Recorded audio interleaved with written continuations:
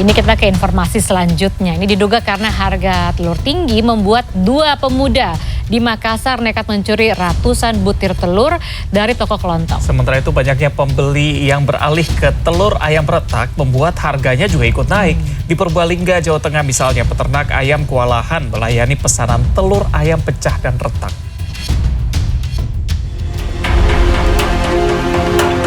Sebanyak 7 rak berisi 210 butir telur di toko kelontong di Makassar, Sulawesi Selatan dicuri pada Minggu sore 21 Agustus lalu. Video berdurasi 58 detik ini pun viral di media sosial. Dua orang terlihat melintas di depan toko kelontong hingga 3 kali. Saat situasi lenggang, pelaku kemudian menjalankan aksi mereka. Kejadian ini mengejutkan korban, sebab ia hanya sekitar 3 menit masuk rumah untuk menunaikan sholat asar. Mahalnya telur ayam ikut memicu naiknya harga telur pecah dan retak. Di Purbalingga, Jawa Tengah, peternak ayam kini kewalahan melayani pesanan.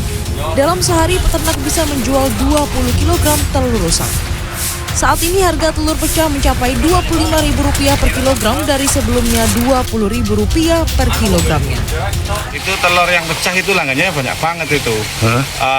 Dari nasi goreng, martabak, tukang telur, tukang cookies, itu banyak sekali. Gitu loh. Dibawa ke pasar berarti? Oh, dibawa ke pasar. Ada yang ambil sendiri juga ke kandang itu.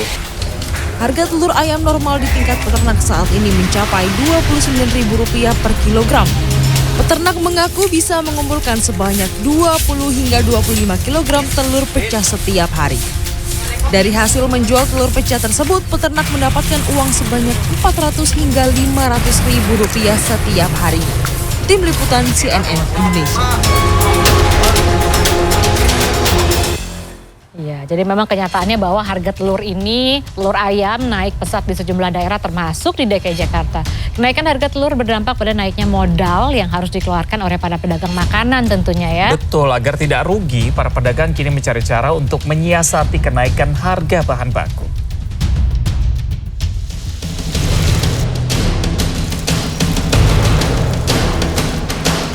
Pedagang telur gulung Ahmad berjualan di kawasan Jakarta Selatan. Harga telur di pasar tempat ia belanja meningkat. Dari sebelumnya Rp27.000 menjadi Rp33.000. Ahmad membutuhkan setidaknya 7 kg telur per hari untuk berdagang. Ya agak kaget aja, harganya makin melambung, terus kita belanja tadinya segini sekarang jadi bertambah modalnya. Ya nyiasatinya ya gitu aja, paling porsinya dikurangin. Biasanya goceng 5 jadi 4. Kalau ini juga bikinnya biasanya agak gedean, paling agak kecilin dikit gitu. Kalau harga tapi nggak bisa dinaikkan? Kalau harga mah susah ngerubahnya. Kenaikan harga telur juga berdampak pada Rohman, pedagang kaki 5 cilok telur di Jakarta Selatan. Bener-bener naik, bener banyak banget ini naiknya. Biasanya kan paling naik kalau naik 1.000, paling naik gopek. Sekarang kemarin kan harga 27, sekarang sampai 33, 32. Ada yang 31, paling murah 30 lah.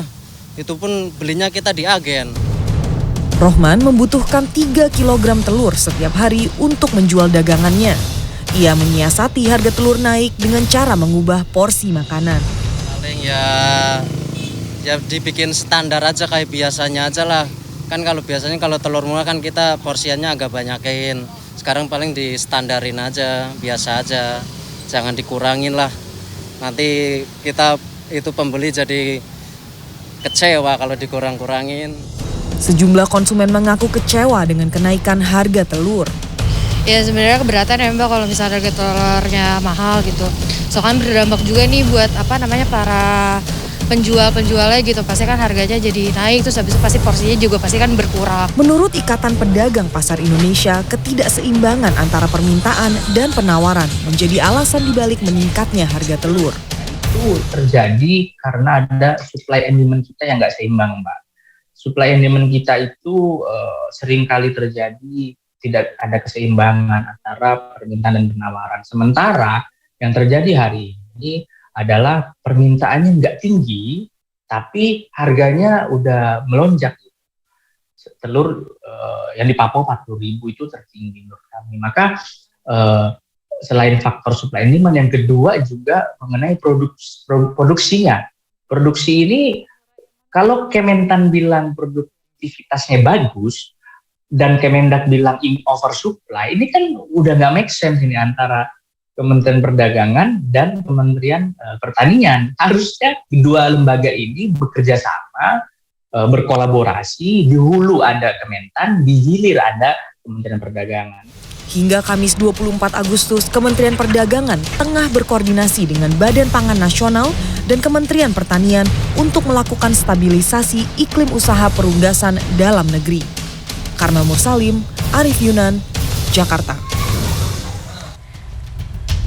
Ya, warga Bogor, Jawa Barat digegerkan dengan insiden truk menabrak warung serta rumah. Sejumlah korban tertimbun reruntuhan bangunan. Informasinya hadir sesaat lagi, tetaplah di redaksi pagi akhir pekan.